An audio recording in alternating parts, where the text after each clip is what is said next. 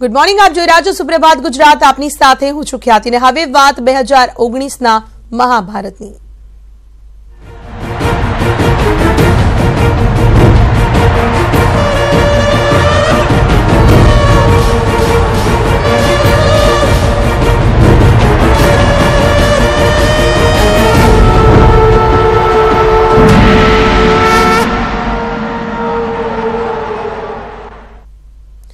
લોકસભાની ચૂંટણીમાં 26 બેઠક પર ઉમેદવારોની પસંદગીની પ્રક્રિયા આખરે પૂર્ણ થઈ. 3 દિવસ અલગ અલગ નિરીક્ષકો દ્વારા ઉમેદવારો અને કાર્યકર્તાઓના અભિપ્રાય લેવાયા.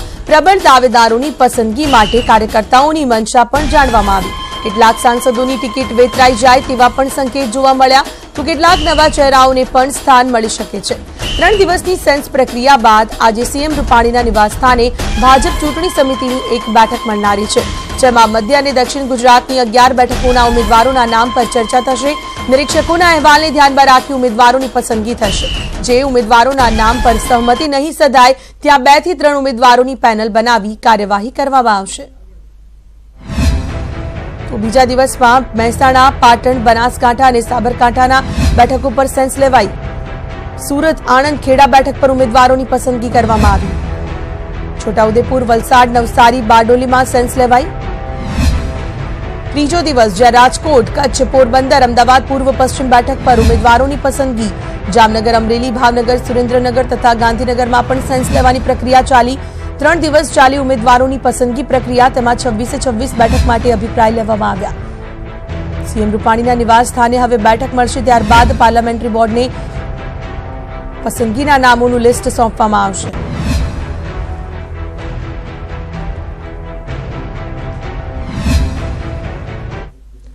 ભગવાન બારડના બચાવમાં હવે આખો આહિર સમાજ મેદાને પડ્યો છે. કોંગ્રેસે ભગવાનના સમર્થનમાં વિધાનસભા અધ્યક્ષ અને રાજ્યપાલથી લઈને કોર્ટ સુધી પહોંચી ગઈ છે. અહીં આહિર સમાજ ભગવાન બારડના સમર્થનમાં આગળ આવ્યો છે. કોંગ્રેસના સસ્પેન્ડેડ ધારાસભ્ય ભગવાન બારડને અન્યાય કર્યો હોવાનો આક્ષેપ સાથે વેરાવળમાં આહિરો શક્તિ પ્રદર્શન કરશે, જેમાં મોટી સંખ્યામાં આહિર સમાજના લોકો જોડાશે. મહત્વનું છે કે ખનીજ ચોરીના કેસમાં ભગવાન બારડને 2 વર્ષની જેલની સજા ફટકારવામાં આવી છે. ભગવાન બારડને સજા થતાં જ તેમને ધારાસભ્ય પદેથી સસ્પેન્ડ કરવામાં આવ્યા અને બસ ત્યારથી જ કોંગ્રેસ અન્યાય થયો હોવાની રાવ સાથે લડત ચલાવી રહ્યું છે.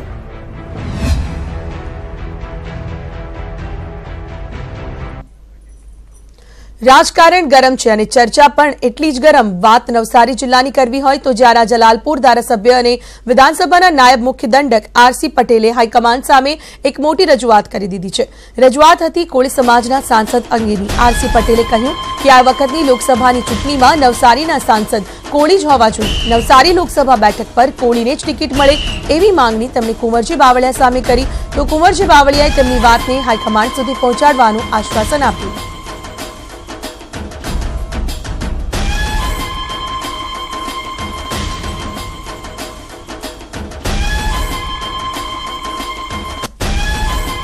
પણ નવસારીની જ્યાં સુધીની વાત છે ત્યાં સુધી કોળીને ટિકિટ મળવી જોઈએ.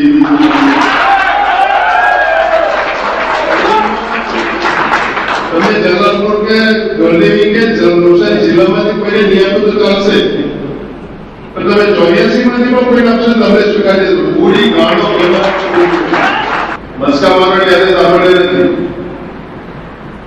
જેને જે પ્રવૃત્તિ કરે આપણે કોળી લોકો એ કહો કે બાપની તાકાત નથી આપણે એ કરવી અને એ કામ આપણી પાસે આવડતું.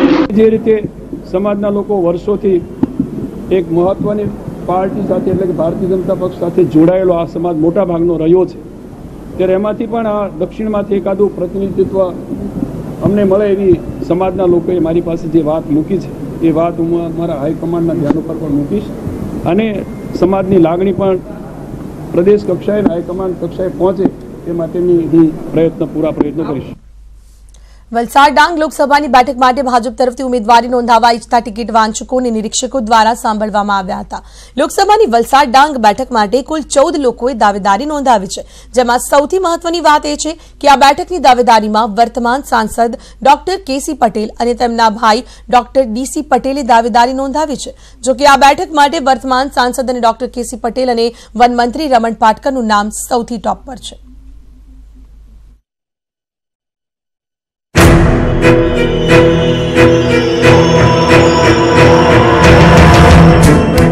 વલસાડ ડાંગ લોકસભાની બેઠક માટે ભાજપના ઉમેદવારોની સેન્સ લેવાની પ્રક્રિયા પૂર્ણ થઈ, જેમાં વન અને આદિજાતિ પ્રધાન ગણપત વસાવા, વિવેક પટેલ અને દર્શનીબેન દ્વારા કાર્યકર્તાઓ ટિકિટ વાંચકોની સેન્સ લેવામાં આવી, જેમાં વર્તમાન સાંસદ ડોક્ટર કેસી પટેલે નિરીક્ષકો સમક્ષ પોતાની દાવેદારી નોંધાવી, તો બીજી તરફ તેમના ભાઈ ડોક્ટર ડીસી પટેલે પણ ટિકિટની માંગણી કરી. બંને ભાઈઓએ દાવો કર્યો કે તે ભાજપને આ લોકસભા બેઠક પરથી ફરી એકવાર જીતાડવા સક્ષમ છે. પ્રજાને કામ કર્યા છે, મારા કાર્યકર્તાઓનો વિશ્વાસ જીતેલો છે, એટલે એ લોકો ફરીથી મારું નામ મૂકશે અને પાર્ટી આદેશ આપશે એટલે હું ચોક્કસ ખૂબ વ્યવસ્થિત અને જનૂનથી ચૂંટણી લડીશ. અને અમારા બધા ભારતીય જનતા પાર્ટીના નિષ્ઠાવાન કાર્યકર્તાઓની જ્યારે સેન્સ લેવાઈ ગઈ છે, મેં પણ આ વખતે દાવેદારી કરી છે, મારો બાયોડેટા મેં રજૂ કર્યો છે. જો કે સૂત્રોની વાત માનીએ તો ડાંગ વલસાડની બેઠક માટે ઉમરગામના ધારાસભ્ય અને વનમંત્રી રમણ પાટકર અને વર્તમાન સાંસદ ડોક્ટર કેસી પટેલનું નામ ટોપમાં છે. રમણ પાટકરે દાવેદારી નથી નોંધાવી, પણ તેમના સમર્થકોએ રમણ પાટકરના નામને આગળ ધર્યું છે. 2 દિવસની સેન્સની પ્રક્રિયા દરમિયાન કુલ 14 લોકોએ દાવેદારી નોંધાવી. આ દાવેદારો પર નજર કરીએ તો વર્તમાન સાંસદ ડોક્ટર કેસી પટેલ, ડોક્ટર ડીસી પટેલ, વનમંત્રી રમણ પાટકર, માજી ધારાસભ્ય માધુભાઈ રાવત, માજી ભાજપ જિલ્લા પ્રમુખ ઠાકોરભાઈ પટેલ, માજી ધારાસભ્ય શંકર વારલી, ભાજપના મહામંત્રી ગણેશ બિરારી, આદિવાસી નેતા બાબુભાઈ વરઠા, ભાજપ મહામંત્રી મહેન્દ્ર ચૌધરી, ભાજપ અગ્રણી પ્રવીણભાઈ પટેલ અને ધરમપુરના ધારાસભ્ય અરવિંદ પટેલ. દક્ષિણ ગુજરાતની આ બેઠકને આમ તો ભાજપનો ગઢ મનાય છે, પણ આદિવાસી બેલ્ટમાં કોંગ્રેસ મજબૂત છે, ત્યારે ભાજપ માટે આ બેઠક પર ડોક્ટર કેસી પટેલ અને વર્તમાન વનમંત્રી રમણ પાટકર પર જ પસંદગીનો કળશ ઢોળવામાં આવે તેવી પૂરેપૂરી શક્યતા છે. ભરતસિંહ વાઢેર, ન્યૂઝ 18 ગુજરાતી, વલસાડ.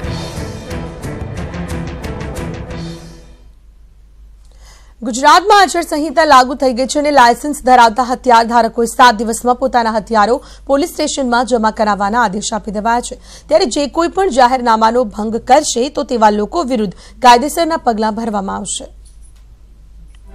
ગુજરાતમાં લોકસભા ચૂંટણીની તારીખ જાહેર થયા બાદ આચારસંહિતા લાગુ થઈ ગઈ છે, જેથી ચૂંટણી દરમિયાન કાયદો અને વ્યવસ્થાની સ્થિતિ જળવાઈ રહે તે માટે પોલીસ કમિશનર અને કલેક્ટરે હથિયારોનું જાહેરનામું બહાર પાડ્યું છે અને 7 દિવસમાં હથિયાર જમા કરાવવાના આદેશ આપ્યા છે.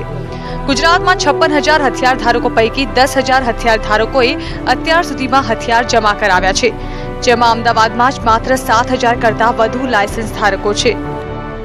પોલીસ કમિશનરેટ એરિયામાં માનનીય કમિશનર સાહેબનું જાહેરનામું છે અને બાકીના ગ્રામ્ય વિસ્તારમાં અમારું જાહેરનામું છે. એ અંતર્ગત 7,091 જેટલા બંનેના થઈને પરવાનેદારો છે, એમાંથી અત્યારે 2,037 જેવા જમા થયા છે. કામગીરી ચાલુમાં છે, નજીકના ટૂંક સમયમાં જ પૂર્ણ કરવામાં આવશે અને 135 જેવા લાયસન્સો કોઈને કોઈ કારણોથી પોતે કેન્સલ કરાવેલા છે, એની યાદી અલગ છે. અમદાવાદ ગ્રામ્યમાં કુલ 7,091 હથિયાર પરવાનેદારો છે, જેમાં 1,957 હાલ ગ્રામ્ય હથિયાર ધારકો અને 5,140 શહેરમાં હથિયાર ધારકો છે. તો અત્યાર સુધીમાં 135 હથિયાર પરવાના રદ થયેલા છે, જેમાં 140 અમદાવાદ સિટી અને અમદાવાદ ગ્રામ્યમાં, તો અમદાવાદ ગ્રામ્ય અને સિટીમાં મળી કુલ 2,037 હથિયારો જમા થયા છે, જેમાં 838 અમદાવાદ ગ્રામ્યમાં જમા થયા અને 1,199 અમદાવાદ સિટીમાં જમા થયા છે. તો આંતરરાષ્ટ્રીય લેવલે શૂટિંગ સ્પર્ધામાં ભાગ લેનારા સ્પોર્ટ પર્સન, બેંકમાં ફરજ બજાવતા સિક્યુરિટી ગાર્ડ તેમજ જરૂરી સરકારી અધિકારીઓએ પોતાના હથિયાર રાખવા કલેક્ટરમાં અરજી કરીને હથિયારો જમા કરાવવામાંથી મુક્તિ મેળવી શકે છે, પરંતુ વ્યક્તિગત નામે વ્યક્તિગત હેતુ માટે ઇસ્યુ થયેલ હથિયાર લાયસન્સ ધારકોને આ આદેશમાંથી મુક્તિ મળશે નહીં. નવીન ઝા, ન્યૂઝ 18 ગુજરાતી, અમદાવાદ. ન્યૂઝીલેન્ડની મસ્જિદમાં થયેલા આતંકી હુમલામાં 49 લોકોના મોત થયા છે, જેમાં ગુજરાતના 4 લોકોના મોતની પુષ્ટિ થઈ ગઈ છે. હજી પણ મોતનો આંકડો વધે તેવી સંભાવના છે. હુમલાને પગલે ગુજરાતમાં પરિવારજનોની ઊંઘ હરામ થઈ ગઈ છે.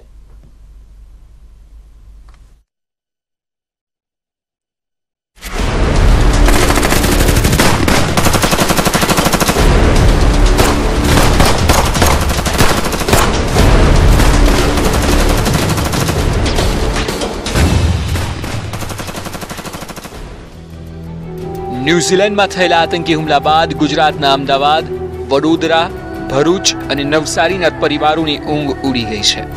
અમદાવાદના મહેબૂબ ખોખરનું પણ હુમલામાં મોત થયું છે.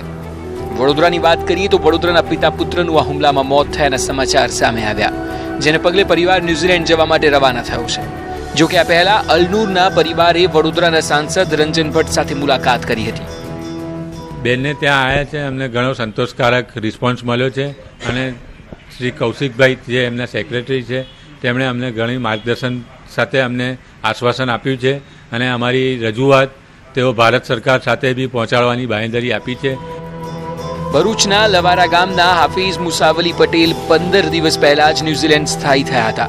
હુમલાના દિવસે તેઓ પત્ની સાથે મસ્જિદમાં નમાઝ પડવા માટે ગયા હતા, જ્યાં તેમને કમરના ભાગે ગોળી વાગી, જેમનું પણ સારવાર દરમિયાન મોત થયું. સદનસીબે તેમની પત્ની હેમખેમ છે. મારા ભાભી ત્યાં એને બચાવવા માટે દોડ્યા, પણ તોય એને ભાઈને પીઠમાં ગોળી વાગી અને ભાઈને મતલબ કે વોમિટિંગ, લોહીની વોમિટ થવા માંડી. એ તરત મતલબ કે મસ્જિદમાં તાત્કાલિક પોલીસ ત્યાંની આવી ગઈ, મસ્જિદ કોર્ડન કરી. મારા ભાભીના બનાવ બન્યા પછી મારા ભાઈને ક્યાં લઈ ગયા છે, કઈ હોસ્પિટલમાં છે, એ હજુ પૂરી માહિતી નથી. આ હુમલામાં નવસારીના અદડા ગામના જુનેદ યુસુફ કારાનું મોત થયાની આશંકા છે. જોકે મસ્જિદમાં એક કરતાં વધારે જુનેદ હોવાને કારણે અને અદડાના જુનેદના ફોનની રિંગ વાગતી હોવાથી પરિવારજનો પણ દુવિધામાં મુકાયા છે. કદાચ જુનેદ એમ કે એટલે ત્યાં 3-4 જુનેદ છે, એટલે હવે તે આપણે કયો જુનેદ શું ખબર પડે છે, એટલે એક્ઝેક્ટલી અત્યારે તે લોકો કંઈ આ પોલીસવાળાએ છે તે કંઈ રિલીઝ નથી કરેલું. ન્યુઝીલેન્ડ હુમલા બાદ ગુમ થયેલ ગુજરાતીઓને લઈને સરકારે પણ ચિંતા વ્યક્ત કરી છે.